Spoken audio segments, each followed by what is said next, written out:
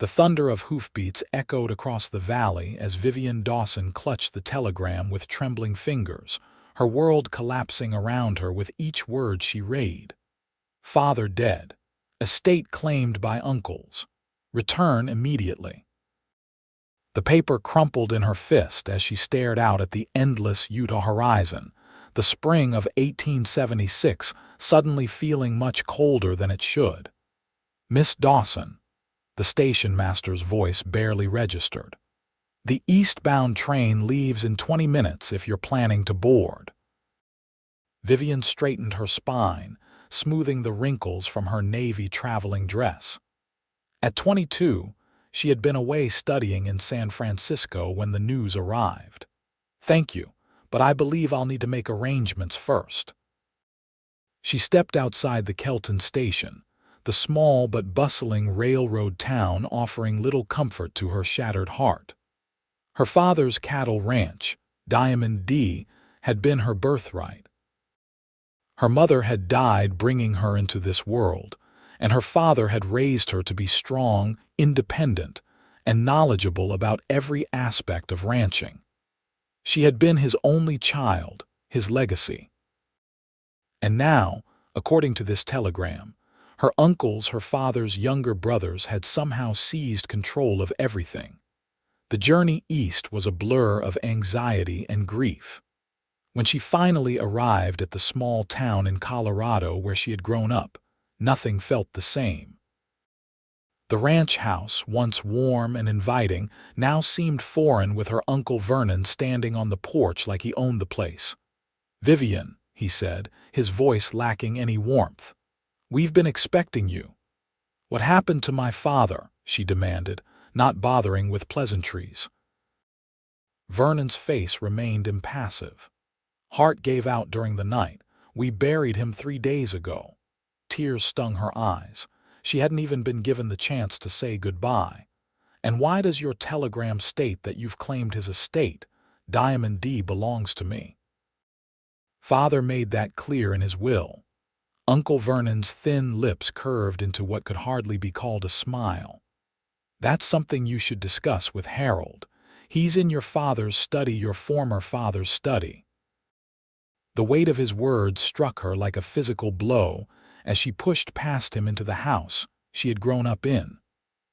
Uncle Harold, the eldest of her father's brothers, sat behind her father's desk as if he belonged there, shuffling through papers with calculated precision. "There she is," Harold said without looking up, "the educated lady returning from the city." "What have you done?" Vivian asked, her voice barely above a whisper. Harold finally looked at her, his eyes cold. "Simply exercising our rights. Your father's will had certain irregularities." The judge agreed that a woman couldn't possibly manage a ranch of this size. "The property has been transferred to the male heirs as is proper." "That's impossible. Father would never." "Your father made mistakes," Harold cut in. "Sending you to school instead of finding you a husband. Filling your head with ideas about running Diamond D, but we've rectified the situation. The law is on our side." "I want to see the will," she demanded. Harold pushed a document across the desk. The paper looked official, but something felt wrong. As she scanned the document, her blood ran cold. This wasn't her father's handwriting. This wasn't his will. "This is a forgery," she whispered. "Careful with your accusations, niece," Vernon warned, having followed her inside. "Judge Preston has already ruled. Diamond D belongs to us now. And what am I supposed to do?" "Where am I supposed to go?" Harold shrugged. "You're welcome to stay on as a housekeeper, or perhaps we can find you a suitable husband. Thomas Blackburn has expressed interest, and he owns the Mercantile." Thomas Blackburn was 50 years old and had buried 3 wives already. Vivian felt sick. "I'll give you until tomorrow to decide," Harold said, waving her away. "In the meantime, you can stay in the small bedroom upstairs. Your things have been moved." Vivian spent the night poring over her options, grief and rage battling inside her. By morning, she knew she couldn't stay. To remain would mean surrendering to their control, becoming a servant in what should have been her home. With first light, she packed what little she could carry, including her mother's locket, her father's pocket watch, and the small amount of money she had brought with her. She left without saying goodbye, walking straight to the sheriff's office. Sheriff Mills had been a friend of her father's, but his expression when she entered told her everything she needed to know. "I'm sorry, Vivian," he said, removing his hat. "My hands are tied." Judge Preston signed off on it and the paperwork seems legitimate. "It's a forgery," she insisted. "My father would never disinherit me," the sheriff sighed. "Without proof, there's nothing I can do, and Harold Dawson has friends in high places now." Defeated, Vivian left the sheriff's office with no destination in mind. She had some education but no practical way to support herself in this town where her uncles now held sway. The eastbound train seemed her only option. Perhaps she could find work as a teacher or a lady's companion back east. At the train station, she counted her meager funds.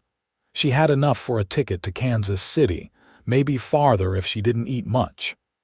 As she approached the ticket counter, a commotion outside caught her attention. A man was unloading several horses from a stock car, one of which, a magnificent black stallion, was causing quite a stir. The horse reared dramatically, nearly breaking free from his handler. "Calm down, Midnight," the man called out, his voice steady despite the chaos. "We're almost home." Something about his confidence drew Vivian closer. He was tall and broad-shouldered, his face partially obscured by a wide-brimmed hat.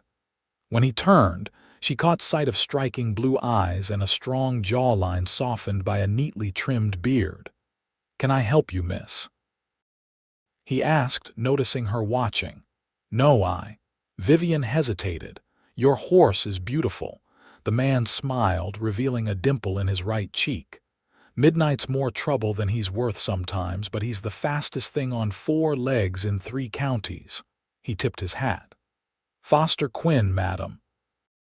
Just returning from buying stock in Denver." "Vivian Dawson," she replied automatically, then winced at revealing her identity. Recognition flashed in his eyes. "Dawson? Any relation to William Dawson of Diamond D, his daughter," she answered, a lump forming in her throat. Foster's expression softened. "I heard about his passing. My condolences. I did business with him a few times. Good man, fair dealer." "Thank you," Vivian said, surprised to find a friendly face. "Did you know him well?" "Well enough to know he was mighty proud of his daughter," Foster replied. "Said you were studying in San Francisco to learn modern ranching techniques. Planned to make Diamond D the most progressive ranch in Colorado when you took over." Tears welled in Vivian's eyes. "That was the plan." Foster's gaze sharpened. "Was." Before she could answer, the station master called out, "Eastbound train departing in 5 minutes." "That's my train," Vivian said, reaching for her bag. Foster Quinn studied her for a moment. "Forgive me for being forward, Miss Dawson, but something doesn't add up. Your father dies, and instead of taking over Diamond D, you're leaving town. With nothing but a carpetbag." Vivian hesitated, but something about Foster's direct gaze compelled honesty. "My uncles have seized the ranch. They forged a will, convinced a judge that a woman can't run a cattle operation. I have nowhere to go and no way to fight them." Foster's expression darkened. "That doesn't sound right." He glanced at the departing train, then back at her. "Miss Dawson, I'm heading back to my ranch near Kelton, Utah Territory. It's a hard journey and I'm not offering charity, but I need someone who understands cattle. If you're half as knowledgeable as your father claimed, I could use your help." "You're offering me a job?" Vivian asked incredulously. "More like a partnership on a trial basis," Foster clarified. "Quinn Ranch is growing faster than I can manage alone. I need someone with brains and education, someone who knows cattle and isn't afraid of innovation." He gestured to the train. "Or you can head east and try your luck there." It was madness to consider traveling with a man she'd just met. But something in Foster Quinn's straightforward manner and honest eyes made her pause. East lay uncertainty, becoming someone's governess or companion, living on charity or worse, having to marry for security. West lay possibility. What exactly would this partnership entail? She asked cautiously. "You help me modernize my operations. 6 months trial, room, board, and a percentage of profits." He looked her directly in the eye. "No strings attached, Miss Dawson. My word on that." The train whistle blew its final warning.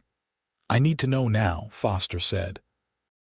"We leave within the hour if you're coming." Vivian took a deep breath, thinking of her father's belief in her abilities. "Mr. Quinn, it seems I'm heading west after all." Foster's smile was brief but genuine. "Welcome aboard, partner. Hope you can ride." The journey to Utah Territory took nearly 2 weeks. They traveled by train as far as possible, then switched to horseback for the final stretch. Foster was respectful of her privacy at every stop, securing separate accommodations whenever available and maintaining a professional distance. Still, Vivian found herself studying him when he wasn't looking, the confident way he handled the horses, the respect he commanded from strangers, the occasional smile that transformed his serious face.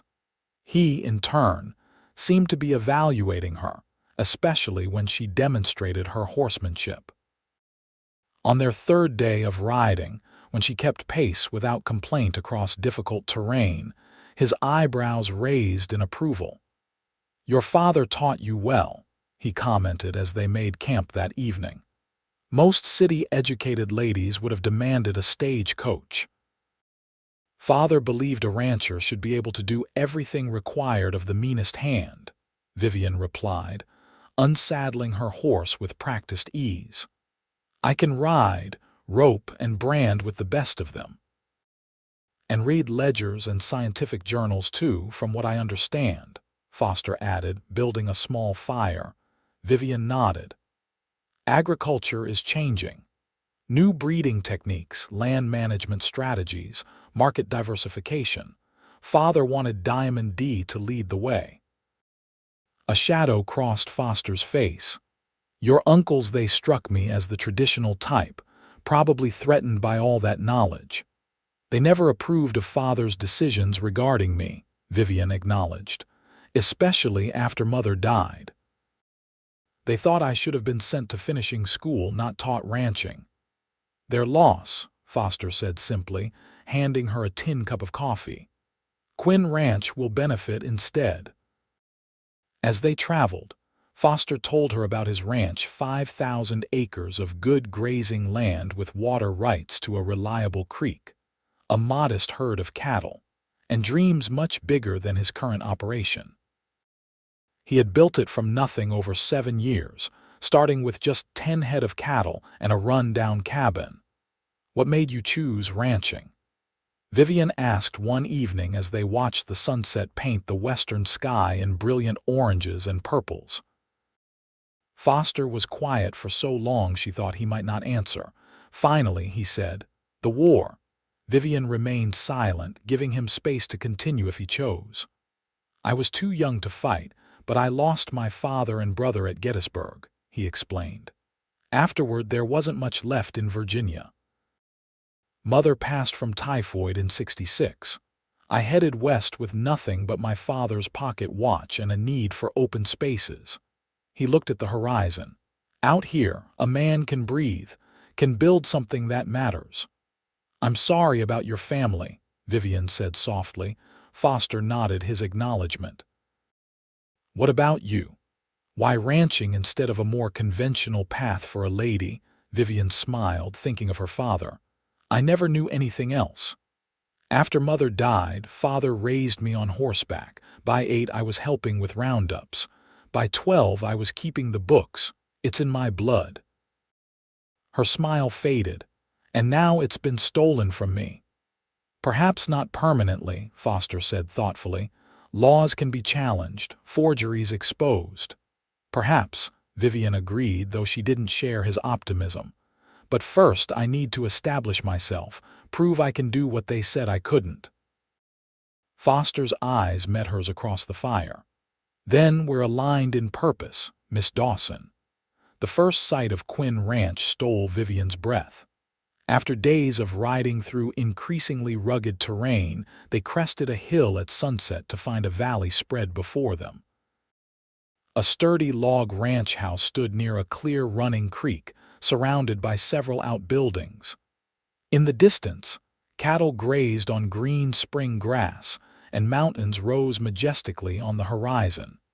"It's beautiful," Vivian whispered. Foster nodded, a hint of pride in his expression.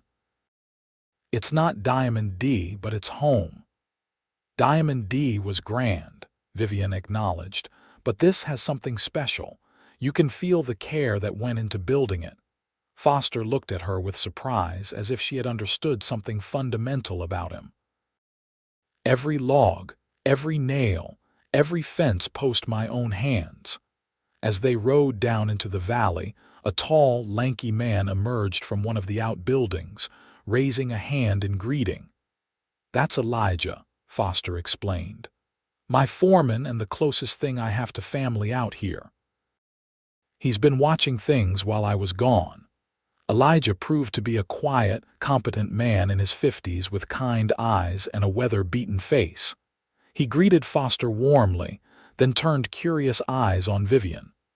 "Miss Dawson is joining us as a partner in the ranch," Foster explained. "William Dawson's daughter from Diamond D." Recognition lit Elijah's eyes. "Diamond D, that's quite a pedigree in the cattle business.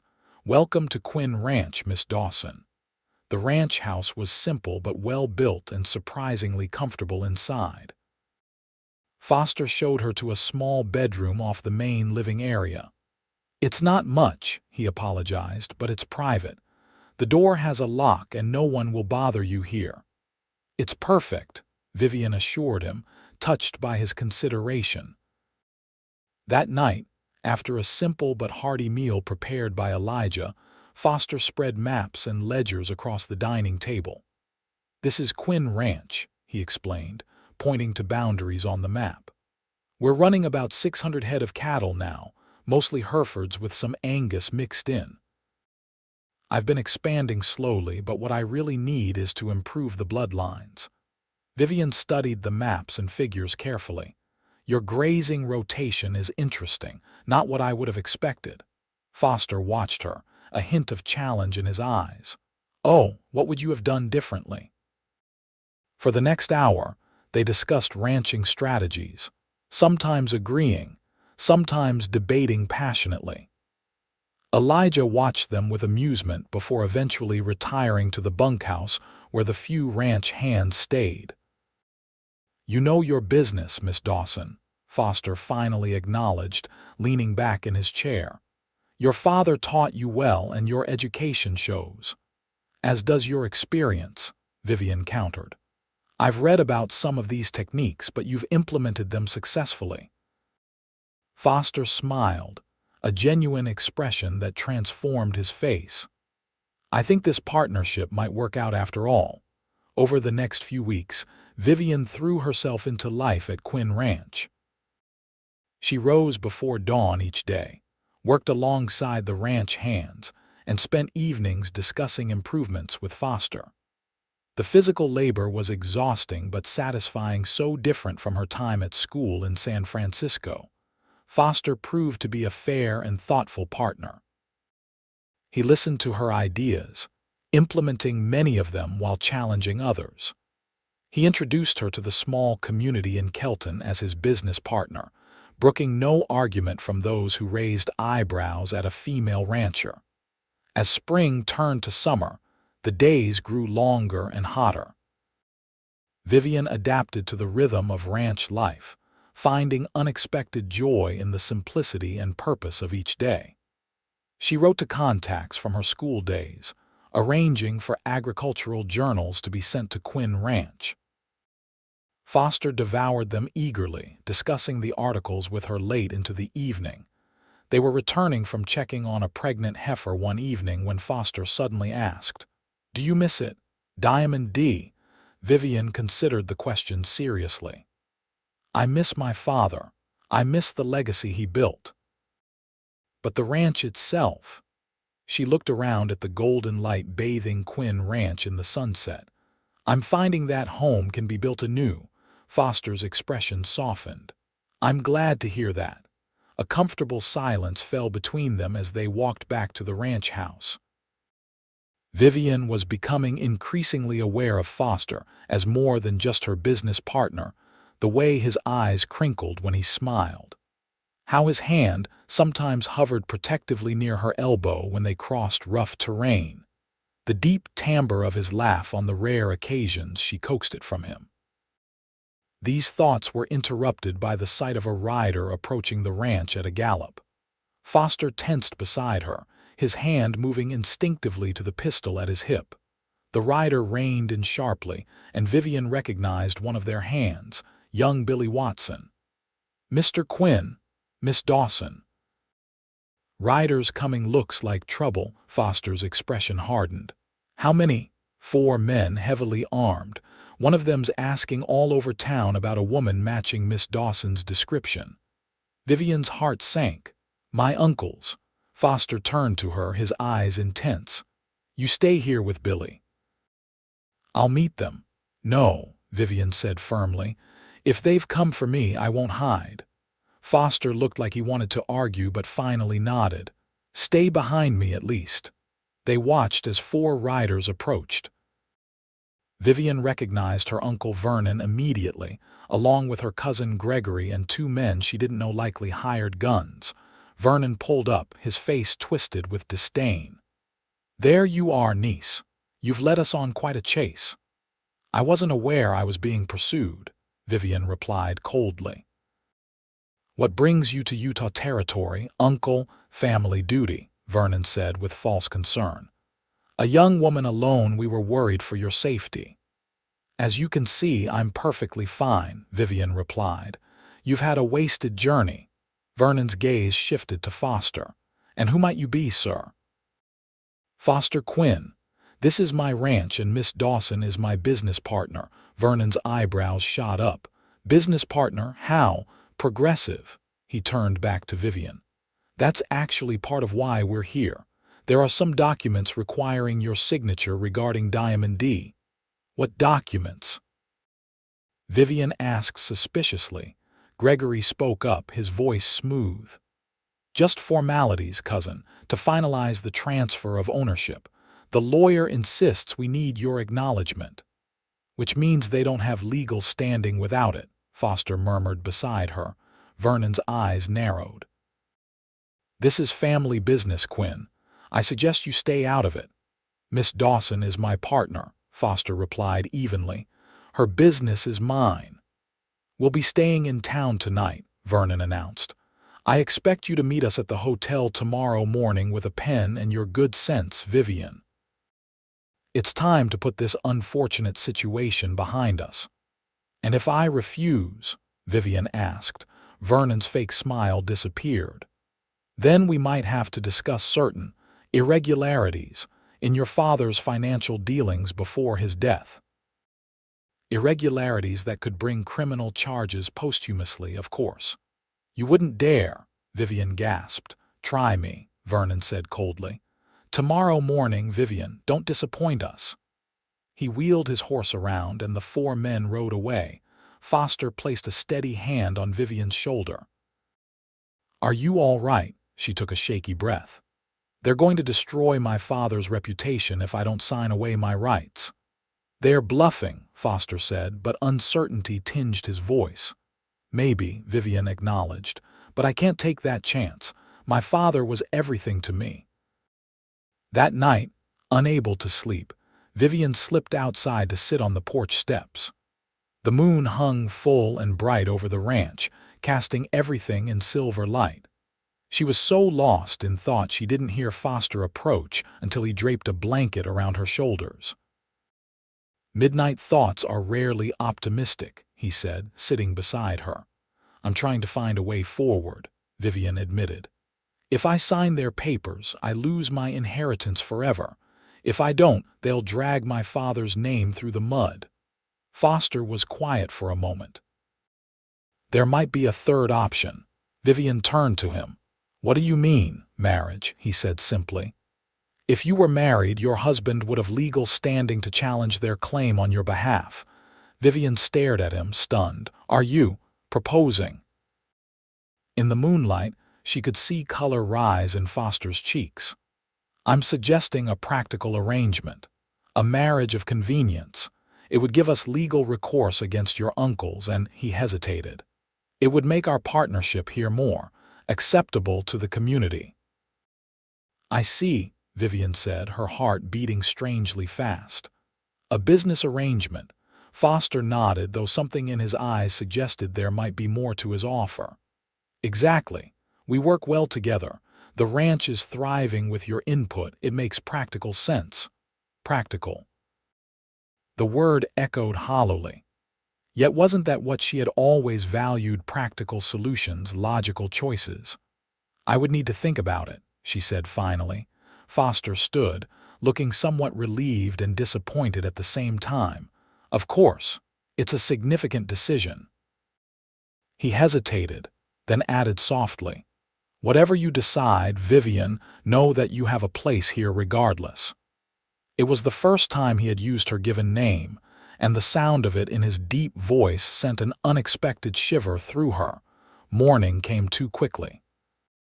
Vivian dressed carefully in her best dress, a practical navy blue that had traveled with her from San Francisco.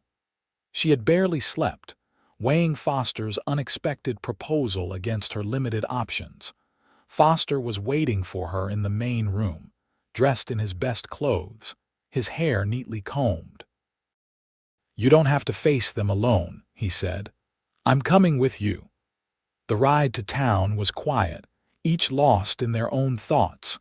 Kelton was bustling with its usual mix of railroad workers, ranchers, and merchants. Several people greeted them as they made their way to the small hotel where Vernon and Gregory waited. Her relatives were seated in the hotel's dining room, looking smug as Vivian and Foster entered. "Good morning, niece," Vernon said. "I see you've brought your partner." "Mr. Quinn is here at my request," Vivian replied evenly. "Now, what exactly are these papers you need me to sign?" Gregory pushed a document across the table. "Just a formal acknowledgement that you relinquish any claim to Diamond D and recognize us as the rightful heirs." Vivian picked up the papers, reading carefully. "And if I sign this, you'll leave my father's reputation intact?" "Of course," Vernon said smoothly. "Family loyalty and all that." Foster leaned forward. "And if she doesn't sign?" Vernon's eyes hardened. "Then certain financial discrepancies in William's dealings will unfortunately come to light. Banking irregularities, misappropriated funds, the kind of things that ruin a man's good name even after death." "You're lying," Vivian said, her voice shaking with anger. "My father was honest to a fault." "Perhaps," Vernon shrugged. "But mud sticks, especially when there's no one left to defend against the accusations." He pushed a pen toward her. "Your choice, Vivian." Vivian stared at the pen, then at the document that would permanently sever her connection to Diamond D. Everything her father had built, everything he had wanted her to have gone with a simple signature. She looked up at Foster, finding strength in his steady gaze. "I have a counter-proposal." Vernon raised an eyebrow. "Oh, I'll sign this document," Vivian said carefully, "on one condition. You provide me with a copy of my father's will, the one you replaced with your forgery." Vernon's face reddened. "There is no other will. The document filed with the court is legitimate." "We both know that's not true," Vivian pressed. "Father would never have disinherited me." I want his real will even if I can't enforce it now. I want to know what his true wishes were. Gregory leaned forward. And if we refuse, then I'll contest the will publicly, Vivian declared. I'll hire lawyers. I'll take out advertisements in every newspaper from here to Denver exposing what you've done. With what money? Vernon scoffed. With mine, Foster interjected. Quinn Ranch stands behind Miss Dawson completely. Vernon and Gregory exchanged glances. Finally, Vernon reached into his jacket and withdrew a folded document. Fine, take it. It won't do you any good. Judge Preston has already ruled and he won't reverse himself. But if it makes you feel better to read your father's sentimental drivel, be my guest.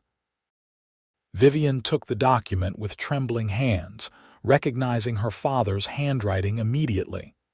Now sign the papers, Vernon demanded, pushing the pen toward her again. Actually, Foster said, standing up, I think we'll need to review this original will first. Perhaps take it to the local judge for authentication. Vernon's face darkened. That wasn't our agreement. Sign now, Vivian, or your father's reputation is forfeit. Vivian stood as well, clutching the real will. You've already proven yourselves liars and thieves. Why should I believe you'll protect his reputation even if I do sign? You ungrateful little, Vernon began, half rising. Careful, Foster warned, his hand moving to his hip where his pistol rested. Choose your next words very carefully. The tension in the room was palpable. Finally, Gregory placed a restraining hand on Vernon's arm. Perhaps we should all take some time to consider our positions. We'll be in town for 2 more days, Vivian. Think about what's at stake. Outside the hotel, Vivian finally let out the breath she'd been holding. I can't believe they actually gave me the will. They're desperate, Foster observed, and now we have evidence of their forgery. But as Vernon said, the judge in Colorado already ruled, Vivian pointed out. This might not change anything legally. Foster helped her mount her horse. Perhaps not immediately, but evidence of fraud is serious business. The right lawyer might be able to build a case. They rode in contemplative silence back to the ranch.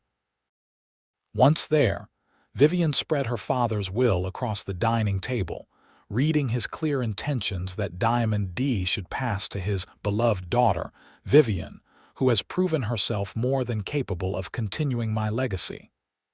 Tears blurred her vision. He believed in me, right until the end. Foster placed a gentle hand on her shoulder. As do I. He hesitated, then added, Have you given any thought to what we discussed last night? Vivian looked up at him, studying the earnest blue eyes that had become so familiar over the past months. Your marriage proposal. The arrangement, he corrected, though his eyes said something different. It would give us legal standing to fight your uncles. Is that the only reason you suggested it? Vivian asked softly. Foster's usual confidence faltered. No, he admitted after a moment. Not the only reason. The honesty in his voice made her heart beat faster. What are the other reasons? Foster ran a hand through his hair, suddenly looking boyish despite his imposing frame. You've changed this place, Vivian. Before you came, Quinn Ranch was just land and cattle. Now it's... He gestured helplessly. It feels like a home. You bring life and intelligence and challenge. I find myself looking forward to our debates each evening, to seeing what new ideas you'll bring to the table. That sounds like an excellent business partnership, Vivian observed, though her tone was gentle. Foster's eyes met hers directly. It is, but I find myself wanting more than a business partner. I find myself thinking about you when you're not around, wondering what you'd say about things that have nothing to do with ranching, noticing the way the sunset catches in your hair. He stopped, looking embarrassed. I'm not good with words, Vivian, but I hope you understand what I'm trying to say. Vivian stood, moving closer to him. I believe I do. She took a deep breath. I came here desperate and angry, focused only on survival and eventual revenge. I never expected to find. She gestured around them. This, a place that feels right, work that matters, someone who sees me as an equal. Foster took her hands in his. Is that a yes to a marriage of convenience? Vivian shook her head. No. Foster's face fell, but before he could step away, she squeezed his hands. But to a marriage based on mutual respect, shared goals, and growing affection. Yes, that's a yes. The smile that broke across Foster's face was like the sun emerging from behind clouds. He lifted her hands to his lips, pressing a gentle kiss to her knuckles. I promise you won't regret it. I do have one condition, Vivian said, her expression turning serious. Name it. We fight for Diamond D not because I want to leave Quinn Ranch, but because it's my father's legacy. He wanted me to have it, and I won't let my uncle steal that from him. Foster nodded solemnly. We'll fight together. Diamond D and Quinn Ranch could make a formidable combination. The next morning, they rode into Kelton together to visit Judge Franklin Adams, the territorial judge who happened to be in town for circuit court. Adams was a serious man with intelligent eyes and a reputation for fairness. He listened carefully as they presented William Dawson's original will and explained the situation. This is troubling, the judge said, examining the document.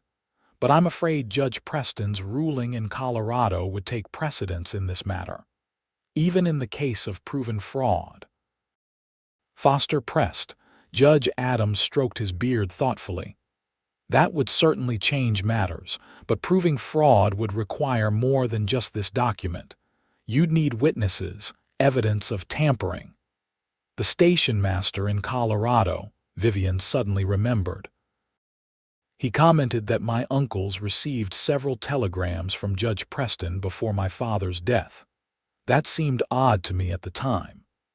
And your father's banker, Foster added. You mentioned he always spoke highly of your father's business acumen. Would he support claims of financial impropriety? Marcus Stevens? Absolutely not. He and father were friends for 20 years.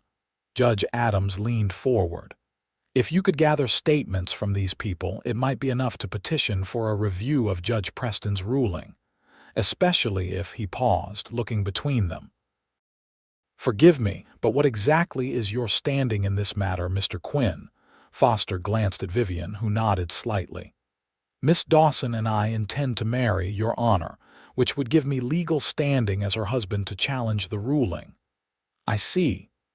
The judge's eyes twinkled slightly. That would indeed strengthen your position considerably. When is this happy event to take place? As soon as possible, Foster replied. In fact, if you're available this afternoon. Judge Adams chuckled. Eager, aren't we? Very well. Return at 4 o'clock, bring 2 witnesses, and I'll perform the ceremony myself. Outside the judge's office, Vivian turned to Foster with wide eyes. This afternoon? Are you certain? Foster suddenly looked uncertain.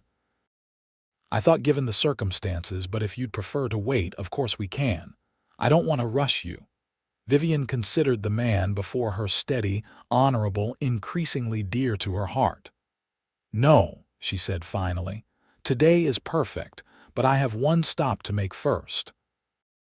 That stop was at Kelton's small general store, where Mrs. Abernathy, the owner's wife, helped her select a simple but pretty cream-colored dress from their limited stock. Not exactly a wedding gown, Mrs. Abernathy apologized. It's perfect, Vivian assured her.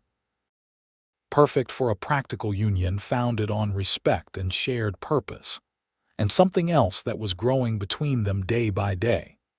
Elijah and Mrs. Abernathy served as witnesses that afternoon, as Judge Adams joined Foster and Vivian in matrimony. The ceremony was brief but meaningful, with Foster's voice steady as he promised to cherish and protect, and Vivian's clear as she vowed partnership and fidelity. When the judge pronounced them husband and wife, Foster hesitated just a moment before leaning down to place a gentle kiss on Vivian's lips there first. The simple contact sent warmth spreading through her entire body, and when they parted, the look in Foster's eyes told her he had felt it too. They spent their wedding night at Kelton's small hotel, both nervous but determined to begin their marriage as they meant to continue with honesty and tenderness. Foster's touch was gentle, his concern for her comfort genuine, and by morning, Vivian discovered that physical intimacy could indeed strengthen the bond already forming between them. They returned to Quinn Ranch the following day as husband and wife, greeted by Elijah and the other hands with good-natured teasing and genuine well-wishes. That evening, sitting on the porch watching the sunset, Vivian rested her head against Foster's shoulder. "I need to return to Colorado," she said quietly, "to gather the evidence we need." Foster's arm tightened around her. "We'll go together." "No," Vivian said firmly. "The ranch needs you here, and I need to do this to face them on my own terms as your wife and as William Dawson's daughter." Foster looked like he wanted to argue but finally nodded. "You're right, but you won't go unprotected. Elijah will accompany you and I'll wire ahead to my contacts in Denver. They'll help if needed." The journey back to Colorado was different this time, traveling as Mrs. Quinn rather than Miss Dawson gave Vivian a confidence she hadn't felt before. Elijah proved to be an excellent traveling companion, quiet but vigilant, respectful of her privacy while ensuring her safety. In the small town near Diamond D, Vivian's first stop was the bank. Marcus Stevens, her father's old friend, was shocked to see her. "Mrs. Quinn now, is it?" he said, noting her introduction. "Your father would have wanted to see that." "Yes," Vivian agreed, "though I believe he would have preferred to give me away himself." Over the next hour, she explained everything that had happened. Stevens grew increasingly angry as she spoke. "Those scoundrels," he muttered, "will never believe they'd stoop so low." "Then you didn't know about their claims of financial impropriety?" Vivian asked. Stevens slammed his hand on the desk. "Absolute rubbish. Your father was the most honest businessman I knew. Every transaction documented, every loan repaid on time or early." "Would you be willing to provide a statement to that effect?" Vivian asked. "It might help us challenge their control of Diamond D." "I'll do you one better," Stevens declared. "I have copies of all your father's financial records for the past decade, not a single irregularity to be found." And he lowered his voice. "Your father left something in my safekeeping. Said if anything ever happened to him, I was to give it only to you." From his safe, Stevens retrieved a small package wrapped in oilskin. Inside, Vivian found a leather-bound journal and a letter addressed to her in her father's handwriting. "My dearest Vivian," the letter began. "If you're reading this, I fear my brothers have done exactly what I suspected they might. They've been asking uncomfortable questions about Diamond D's finances and my will. I've documented their suspicious behavior in this journal, along with my suspicions that they might attempt to challenge your inheritance. Marcus has copies of all relevant documents to prove your rightful ownership. Trust no one but Marcus in town. My brothers have been currying favor with Judge Preston for months. I love you, daughter. You were always my greatest pride. Father." Tears streamed down Vivian's face as she clutched the letter. Her father had known. He had tried to protect her from beyond the grave. "This changes everything," she whispered. Stevens nodded grimly.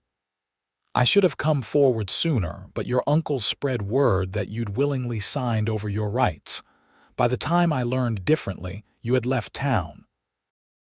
Armed with her father's journal and Stevens' documentation, Vivian next visited the telegraph office where, as she'd hoped, the station master remembered the numerous telegrams between Vernon and Judge Preston. Thought it strange at the time, he admitted. Especially when they started coming weeks before your father's passing. With each piece of evidence, the case against her uncles grew stronger. Finally, Vivian made her boldest move. She went directly to Diamond D. The ranch looked neglected compared to when her father had run it. Fences needed repair. Cattle appeared thinner than they should have been for the season. Vernon was nowhere to be seen, but Gregory was directing workers in the yard when she arrived, his face drained of color when he saw her. "Vivian, what are you doing here?" "Visiting my childhood home," she replied coolly, "and collecting what belongs to me." Gregory moved to block her path to the house. "You signed away your rights." "Actually, I didn't," Vivian corrected him, "and now I have proof of your fraud." "You're bluffing," Gregory said, but uncertainty crept into his voice. "Father's original will, his journal documenting your suspicious behavior, statements from the banker and telegraph operator, all painting a clear picture of conspiracy and fraud." Vivian stepped closer. "How do you think Judge Preston will react when he learns you manipulated him?" Gregory swallowed hard. "What do you want?" "Justice," Vivian said simply. "But I'm willing to be merciful more than you deserve. Here are my terms. You and Vernon relinquish all claim to Diamond D immediately. You repay every penny you've taken from the ranch's accounts. In exchange, I won't press criminal charges for fraud and forgery." "Vernon will never agree," Gregory protested. "Then he can explain himself to a judge," Vivian replied. "My husband has already retained lawyers in Denver. The papers will be drawn up by tomorrow. You have until then to decide." As she turned to leave, Gregory called after her, "You've changed, Vivian. You were always so proper, so concerned with doing the right thing." Vivian paused, looking back at him. "I still am. The difference is now I have the courage to fight for it." She returned to town feeling stronger than she had since her father's death. That evening, a telegram arrived from Foster. "Missing you. Ranch too quiet without your ideas. Everything well?" Vivian smiled as she penned her reply. "Gathering final evidence. Diamond D in poor condition but salvageable. Presented terms to Gregory. Miss you too. Home soon." The next morning, Vernon and Gregory appeared at her hotel, faces grim but defeated. "We'll sign your papers," Vernon announced without preamble, "but I want it noted that we improved Diamond D considerably." Vivian raised an eyebrow, thinking of the neglect she'd witnessed. "I'll be sure to document all your improvements during the formal handover." 3 days later, with legal documents signed and witnessed by Marcus Stevens and the town's current sheriff, Diamond D officially returned to Vivian's ownership. She spent a week there, assessing the damage done by her uncle's mismanagement and making arrangements with trusted former employees to oversee immediate repairs and care for the livestock. "Will you be staying on as owner, Mrs. Quinn?" asked Thomas Miller, her father's former foreman, who had eagerly returned when he heard she had reclaimed the ranch. "No," Vivian replied after a moment's thought. "My home is at Quinn Ranch now with my husband. But Diamond D will remain in the family, operated under the guidance of people who knew and respected my father." When she finally returned to Utah Territory, Foster was waiting for her at the Kelton station, his face breaking into a smile that made her heart race when he spotted her. "Welcome home," he said, lifting her from the train platform in an embrace that startled her with its openness. Foster had always been reserved in public. "I take it you missed me," she laughed as he set her down. "More than I expected to," he admitted, his eyes warm. "The ranch felt empty without you." As they rode back to Quinn Ranch, Vivian told him everything that had happened, the evidence, the confrontation, the legal victory. Foster listened intently, asking questions and offering observations that showed how deeply he understood what Diamond D meant to her. "So, what happens now?" he asked as they approached the ranch. "Will you want to divide your time between the two properties?" Vivian studied his expression, noting the careful neutrality that couldn't quite hide his concern. "No," she said firmly. "Diamond D is my father's legacy, but Quinn Ranch is our future. I've appointed Thomas Miller as manager of Diamond D with regular reports and a percentage of profits. He'll rebuild it to what my father envisioned, but my place is here." The relief in Foster's eyes was quickly masked, but not before Vivian caught it. "You thought I might want to leave," she realized. Foster guided his horse alongside hers, reaching out to take her hand. "I would have understood if you did. Diamond D is your birthright. And this is my choice," Vivian replied, squeezing his hand. "Quinn Ranch, our partnership, these past months have shown me what's possible when people work together as equals, respecting each other's strengths." "Is that all it is?" Foster asked quietly. "Respect and partnership." Vivian slowed her horse, turning to face him fully. "No," she admitted, her heart racing. "It's become much more than that. I didn't expect it, but somewhere between arguing about cattle breeding and teaching me to mend fences, I fell in love with you, Foster Quinn." The transformation of Foster's expression was like watching the sun break through storm clouds, disbelief, hope, and finally joy spreading across his features. Without a word, he dismounted and reached up to help her down. As soon as her feet touched the ground, he gathered her in his arms. "I love you, Vivian Quinn," he said, his voice rough with emotion. "I think I have almost since you first challenged my grazing rotation plan." She laughed, tears of happiness threatening. "That was our second day here." "I'm a quick study," he murmured before lowering his head to kiss her properly, thoroughly, leaving no doubt about the depth of his feelings. The summer passed in a blur of hard work and newfound happiness. Together, Vivian and Foster implemented improvements to Quinn Ranch while monitoring Diamond D's recovery from afar.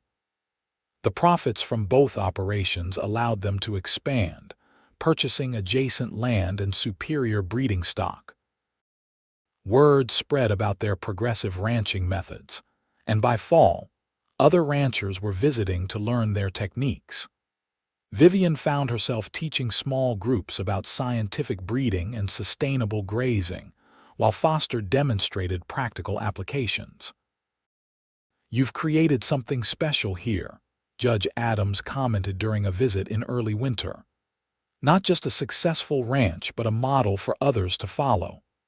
"We've done it together," Foster replied, his arm around Vivian's waist.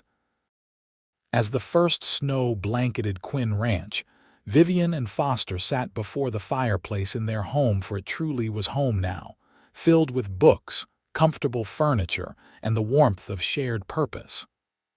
"I received a letter from Marcus today," Vivian said, resting against Foster's shoulder. "Diamond D's recovery is proceeding faster than expected. The new breeding program is already showing results." "That's excellent news," Foster said, pressing a kiss to her temple. "Your father would be proud." "Of both ranches, I think," Vivian agreed. She hesitated, then added, "I've been thinking about the future, our future." Foster turned to face her more fully. "Oh, what specifically?" "Well," Vivian said, taking his hand and placing it gently against her stomach, "in about 7 months, Quinn Ranch will have a new resident. One who might someday help us manage both properties."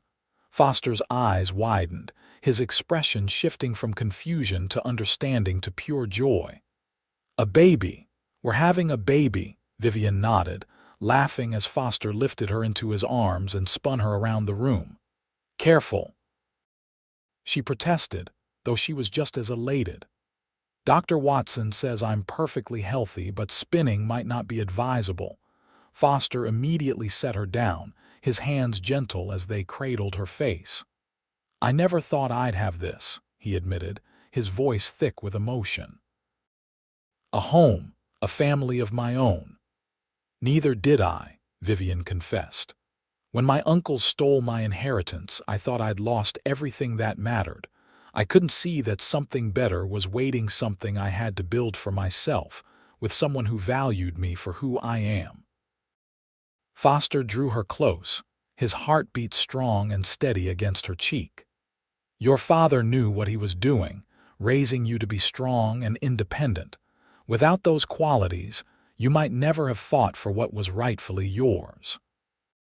And without your belief in me, I might never have found the courage to reclaim it," Vivian added. "We make a good team, Foster Quinn." "The best," he agreed, sealing the sentiment with a kiss that promised a lifetime of partnership, respect, and love.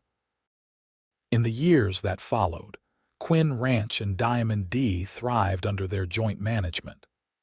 Their son, William Foster Quinn, was born strong and healthy, followed 2 years later by a daughter they named Elizabeth after Foster's mother.